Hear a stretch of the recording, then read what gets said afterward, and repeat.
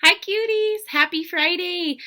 We are going to have our call later on today at 2 o'clock, so I can't wait to see all of you there. I will send your parents the link here in a little bit, so be on the lookout for that. And today we're going to do our read aloud with A Long Pitch Home by Natalie Diaz Lorenzi.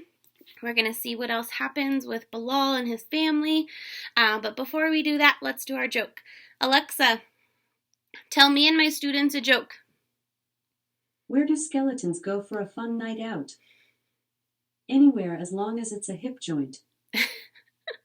As long as it's a hip joint, like it's a cool place, but skeletons have hip joints right here, and where your hip bone locks into your pelvic bone. Cool. That was funny. That would have been a good one for in October, huh? All right, my friends, we are going to read 2 chapters today. We are on chapter 28. That evening, Auntie calls me to the door. Your friends are here, Bilal. I am positive I have no friends anymore, but when I get to the door, I find Henry and Akash standing on the porch. I step outside, closing the door behind me. Hey. And that's all I can think of to say. Akash shifts from one foot to the other. Hey, Bilal. He looks at Henry and then back at me. We heard all about it, throwing the ball to help your dad. Yeah, I sigh. I'm sorry I lost the game. Henry nods. It was pretty painful to watch. Akash elbows him. And Henry rushes to add, at least you threw that long pitch for a reason. Jordan totally choked on the mound. She was off her game. Akash steps forward. I totally get it. I mean, Omar Khan? His eyes wide make me smile, and I know he really does get it. If anyone can get your dad over here, it's him. He friendship punches my shoulder. We'll see you around, okay? They turn and go. Henry mutters, look who's coming. I turn to see Jordan making her way up my driveway. I'm out of here. Henry starts across the lawn, away from Jordan. Akash starts to follow. Wait, I say. Henry turns. What is it? Jordan marches up to the porch, ignoring the guys. She puts her hands on her hips. Jalal says you're definitely quitting baseball. What? Akash steps back onto the porch. Man, you can't quit the team. Henry shakes his head. I would give anything for a spot on the Cardinals. Don't give up yours. Jordan folds her arms. Look, if you hate playing Bilal, then fine, but don't quit because of one game. Akash chimes in. She's right. You gave that pitch away for a good reason. I had no idea they would even care if I quit the team. Henry sneers at Jordan. So what's your excuse? What happened to you out there? She opens her mouth to speak and then turns to go. I haven't been a great friend to Jordan, but I can't let the guys think she doesn't deserve to be on the team. She is worried about her dad, too. Henry's sneer is replaced by a raised eyebrow. Your dad? Jordan whirls around. My dad has nothing to do with this. Jordan wipes her eyes with an angry swipe of her hand. She draws a breath and says, he's in Afghanistan, that's all. So are a lot of other parents. It's no big deal. She looks right at me, half daring, half pleading with me to not tell the rest of the story, and I don't. It's not my story to tell. Akash is the first to apologize. Sorry we've been... Jordan sniffs, but her eyes are no longer shiny. Such jerks? Akash flashes a half grin and nods. Yeah, total jerks. Henry folds his arms. Speak for yourself. We stare at him. He offers a sheepish grin and says, fine, okay, I'm sorry too. So I go back to playing baseball, back to waiting for Baba. The month of Ramadan begins with our daily pre-dawn sahur and post-sunset iftar meals without Baba. Last year's start of Ramadan feels like ages ago, back when my whole life was still in Karachi. I wanted this Ramadan to be my first fasting year, to go without food or water from sunset to sundown. Like a grown-up, but Ami says, that with the baseball district and state tournaments coming up, I have to break my fast after school, so I'll be ready for afternoon practices. At least I have baseball to distract me from the fact that it's been almost a year since I've seen Baba. 11 whole months for anyone who's counting. I try to imagine Omar Khan talking to politicians and other important people who have strings to pull. Now that we aren't going to Toronto, everyone is focused on the state championship finals. I play in every Cardinals game now, on the mound half the time, and Jordan pitching the other half. Since the Ladune team will be away in Toronto on 4th of July, everyone thinks we'll win this year's state championship, no problem. A win at state won't be as sweet as it would if the Ladune team were there to beat, but it gives us all a new goal. And sometimes just having a goal is enough to keep you swinging at the balls that fly your way. Jalal and I always give Jordan a ride to practice now, and it doesn't matter if the other guys see us or not. Today, when we are swinging by Jordan's house to pick her up, no one answers the door. Jalal shrugs. Maybe she got a ride with Coach Matt. But when we get to the field, Jordan isn't there. Neither is Coach Matt. Practice goes on without them. Uh-oh. It's probably nothing, Jalal says on our way home. But with the district tournament next week, Coach Matt himself said no one was allowed to miss practice. When we pass Jordan's house on our way home, something is different. Stop the car. Stop the car! Sorry. I'm already reaching to unbuckle my seatbelt. Whoa, hold on, little buddy. Jalal pulls over and parks. When I jump out of the car, Jalal calls, wait up! I stop short, but not because Jalal told me to. Wait, what is it, Bilal? Jalal's door slams. I point to the towering tree and its bare trunk. The yellow ribbon. It's gone. We stand there for a few moments, staring at the ribbonless tree trunk. Why would Jordan take it down? Jalal slips his phone from his back pocket. I'm texting Coach Matt. His thumbs fly over the screen as he mumbles. At your house. No one home. All okay? We watch the screen waiting. For the ping of a text from Coach Matt. The text never comes, but Coach Matt does, around the side yard. Hey guys! His smile is contagious. He claps Jalal on the shoulder. My brother-in-law is back. Aw, yay. Just as I'm trying to figure out if a brother-in-law is the same thing as a brother, Jordan comes jogging over. Hey! She stops in front of us, grinning. My dad's here! She takes a deep breath and lets out a whoosh. He surprised me! Aw, yay! Coach Matt heads toward the side yard and waves for us to follow. You guys hungry? Come on out back. Jalal and I glance at each other and follow them around to the backyard. Since it's still the month of Ramadan, we're supposed to wait until after sunset to eat dinner with our family. I'll introduce you to my dad. I have never seen Jordan smile with her whole face before. Aww. In the backyard, Coach Matt flips a hamburger on the grill, and a lady who must be Mrs. Coach Matt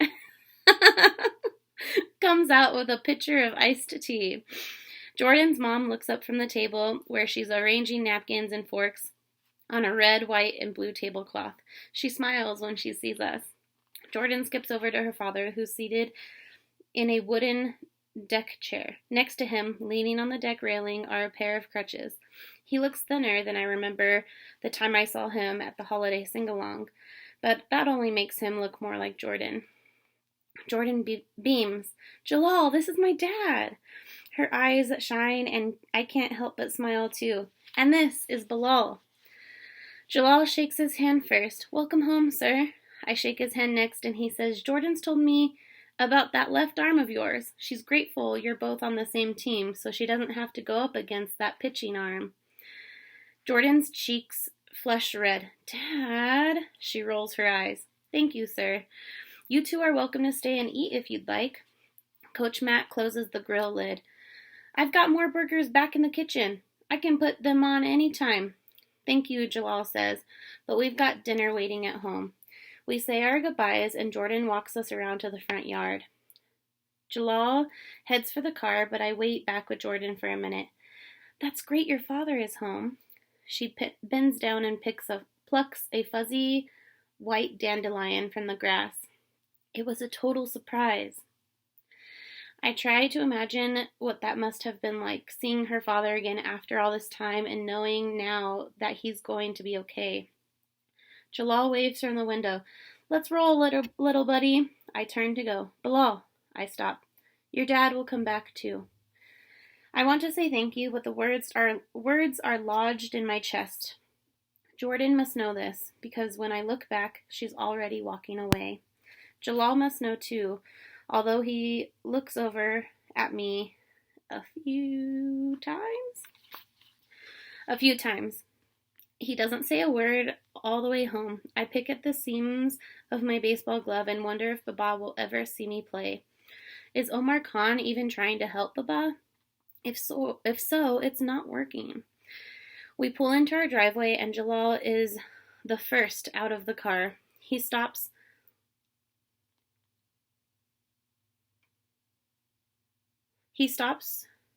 His door still open. Hey, little buddy, he says softly. Come see this. I get out of the car. There, tied around the trunk of our tree, is the faded yellow ribbon. Aw, Jordan went and took it to his house. Aw. Alright, one more. We're on chapter 29. A little notification came up on my computer. Alright, 29. Stop it. Sorry, there's a thing popping up on my computer. Alright, 29. We win the district championship 7-2. Next stop, state finals in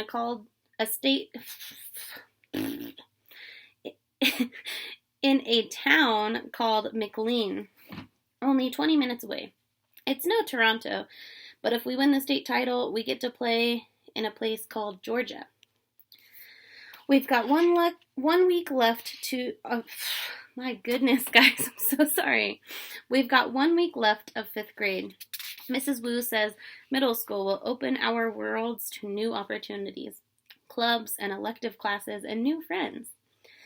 We'll have lockers with combination locks, 7 different teachers, PE uniforms, and locker rooms, and a library filled to bursting books, and a library filled with goodness gracious, my friends, I'm so sorry. And a library filled to bursting with books just for older kids. Us. Akash dumps his backpack on the bus seat in front of me and opens his window. You want to hit the pool after practice? Did someone say pool? I'm in. Henry plops down next to me. You coming, Bilal? I shake my head. Jalal's going to the prom, and my mom says we have to be there to take pictures before he goes. Jordan takes the seat behind Henry. Olivia's really nice. I nod. I couldn't believe it when Auntie said he could go. Yay, he can go to prom. Jalal claims they're only going as friends and will be at the dance with a big group, so maybe that's how he convinced her. I think Hamza's Band-Aid may have had something to do with it too. Instead of driving me to practice, Jalal is out picking up flowers for Olivia, so Jordan's dad drives us. He can't bend his left leg very well, but he says he only needs his right leg for driving anyways. Even though this is only a practice and not a real game, Jordan keeps glancing at her dad on the bleachers, like she wants to make sure he's still there. Every time she does, he gives her a smile, and every time that happens, my heart swells and breaks at the same time. He's not coming back, you know, Jordan says as we jog. Oh, he's not going back, you know, Jordan says as we jog towards Coach Pablo for pitching practice. He's looking for a different job now. It never occurred to me that Jordan might move away now that her dad is back. A job? A job where? Back in Illinois? She shakes her head. Around here. Ooh. Around here, where we are close to family. I smile. And friends. She friendship punches my shoulder. I have never seen Jalal this nervous. Auntie straightens his seafoam green bow tie. Uncle checks the battery level on the camera. Hira opens the refrigerator and takes out the plastic box containing Olivia's flowers, holding it like it's made of glass. Ami keeps Humza and his yogurt-covered fingers away from Jalal's black tuxedo. I'm in charge of the iPad as we Skype with Baba, Dado, and everyone back in Karachi. I pan around the room before zooming in on Jalal as Auntie smooths the lapels of his jacket. She turns him towards the camera and smiles. Applause and a murmur of approval come from the iPad, which I can't see since I'm the one filming. Okay, Jalal takes a deep breath. I'm heading out. Auntie hands him the plastic box with Olivia's flowers. We're coming with you. Panic flashes across Jalal's face until Auntie grins and says, only outside to take pictures. Jalal lets out a breath and kisses Auntie on the cheek. We trail behind Jalal out the front door with the Karachi relatives and me bringing up the rear. Hira points to the teenagers and parents standing in Olivia's driveway. Look! She squeals and covers her mouth. They're so fancy! Jalal looks like he'd rather not have our family parade outside with him, but his face changes completely when he sees Olivia. They walk towards each other grinning. They don't even notice when I zoom in on their faces with the iPad. Now I get why Jalal's bow tie is seafoam green. It matches Olivia's flowy dress. Hira claps. Olivia is a princess! We laugh and Jalal says, agreed. What's going on? Dado's voice comes from the iPad. I translate what Hira said about Olivia being a princess. And they all murmur and nod. Dado's eyes are shiny as she blows a kiss. Jalal and Olivia wave to the camera, and the relatives wave back and talk at once. Jalal tells them he wishes they were here with us, and Dado shakes her head and clasps her hands together, her eyes smiling. Olivia watches in awe as Jalal speaks in Urdu, like he's some kind of genius. Aw, this is so sad. They all wish they could be together. We join the other families on Olivia's front lawn for pictures of all the prom couples. Then the other teenagers climb into a long car called a limo. Even nicer than Omar Khan's car. Jalal and Olivia get into our car because they aren't going straight to dinner. Since it's still Ramadan and Jalal needs to wait for sunset to eat, Olivia suggested they take a walk in DC near the monuments while they wait for the sun to set. Oh, that's so sweet. Guys! Then they'll eat at some famous restaurant at the very top of a tall building. After dessert, they will join their friends at the dance. Jalal drives past us giving a honk, and we wave. The adults stay out on Olivia's lawn, talking and laughing and shaking their heads when someone says something about how fast kids grow up. I bring the Karachi relatives inside for now, and they all sign off except for Baba. Bilal John, I have another Karachi memory for you. Baba smiles. Remember the rickshaws? Yes, Baba, I almost forgot. I have not seen a single one here. I think that Jalal and Olivia should have taken a rickshaw ride to their dance. Baba and I laugh, picturing Jalal and Olivia all dressed up, squished into an open rickshaw cab pulled by a loud, stinky motor scooter. Now it's your turn, Bilal. What American tidbit do you have for me? Baba's smile is still wide, but I can feel mine starting to fade. There are lots of things I could tell Baba, like how the pools are open again or how I took my end-of-year school exams on a computer. I could tell him about the giant elephant statue I saw on our museum field trip to DC, or the tornado drill we had at school. Bilal? Baba's smile is gone. Are you all right? I shrug. I can't think of any more American things for your list, Baba. Because he needs to come and see America for himself. I don't say this, but looking at his face, I can tell Baba agrees. All right, my friends. On Monday, we will read our last 2 chapters. Whee! And then we're done. We have chapter 30 and 31. I can't wait to see what else happens. Baba has to come, right? I'm so excited. All right, my friends. You guys know the drill. After we do our long read aloud, you guys have to spend 20 minutes on math I ready and 20 minutes on reading I ready, okay? So that's 40 minutes all together. 20 on math, 20 on language arts. Alrighty, so go do your I ready. We'll see you on Monday. Well, I'll see you later at 2 o'clock. And then I'll see you on Monday. Bye, guys.